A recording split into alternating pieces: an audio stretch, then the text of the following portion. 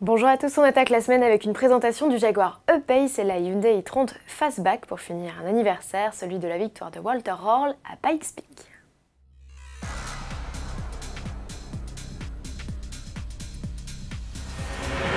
La famille des SUV Jaguar s'agrandit après le F-Pace lancé en 2015 et en attendant le E-Pace 100% électrique prévu fin 2018, voici le E-Pace, c'est le petit SUV de la bande. Esthétiquement, il se la joue plus sportif que son grand frère, Jaguar ne s'en cache pas, ses lignes sont inspirées de celles de la F-Type. Avec ses 4,40 m de long, il boxe actuellement dans la même catégorie que les BMW X1, Audi Q3 et Mercedes GLA. Pour mettre toutes les chances de son côté, il offre un volume de coffre plus conséquent que ses rivaux avec 577 litres. Il mise également sur ses équipements dernier cri de série comme les compteurs 100% numériques, l'affichage tête haute, l'aide au stationnement avant et arrière ou encore l'écran tactile de 10 pouces avec borne Wi-Fi 4G intégrée. Par ailleurs, le Pace reçoit d'office un airbag piéton, un système de reconnaissance des panneaux et un sélecteur de mode de conduite. Sous le capot, 5 motorisations de litres sont proposées, 3 diesels de 150 à 240 chevaux et 2 essences de 249 et 300 chevaux.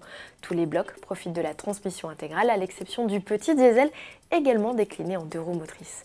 Comme son homologue de 180 chevaux, ils sont les deux seuls à pouvoir recevoir une boîte manuelle à 6 rapports. Le reste de la gamme profite d'une transmission automatique à 9 vitesses.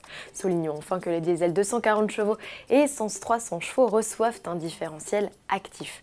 Le carnet de commande du E-Pace est ouvert, comptez minimum 35 700 € en diesel et 43 200 € en essence. Jaguar E-Pace, qui a peine sa carrière commerciale lancée, inscrit déjà son nom au livre des records.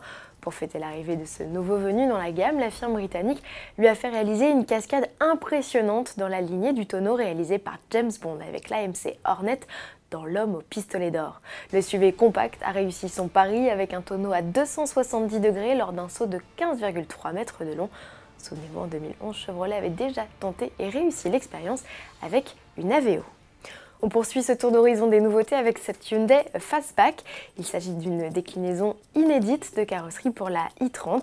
Derrière cette appellation se cache un coupé 5 portes. 12 cm plus longue que la berline, la Fastback est aussi 2,5 cm plus basse pour accentuer sa sportivité. À l'arrière, un béquet est venu se greffer tandis que la hauteur de la calandre a été revue à la baisse. Enfin, les suspensions ont été rigidifiées de 15%.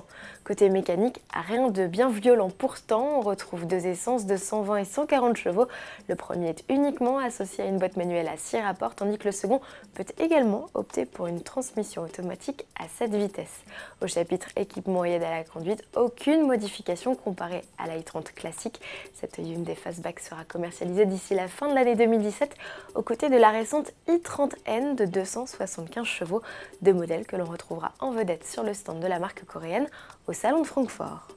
Pour finir, un clin d'œil à Audi et Walter Röhrl. Il y a 30 ans, le pilote allemand remportait Pikes Peak au volant de sa Quattro S1.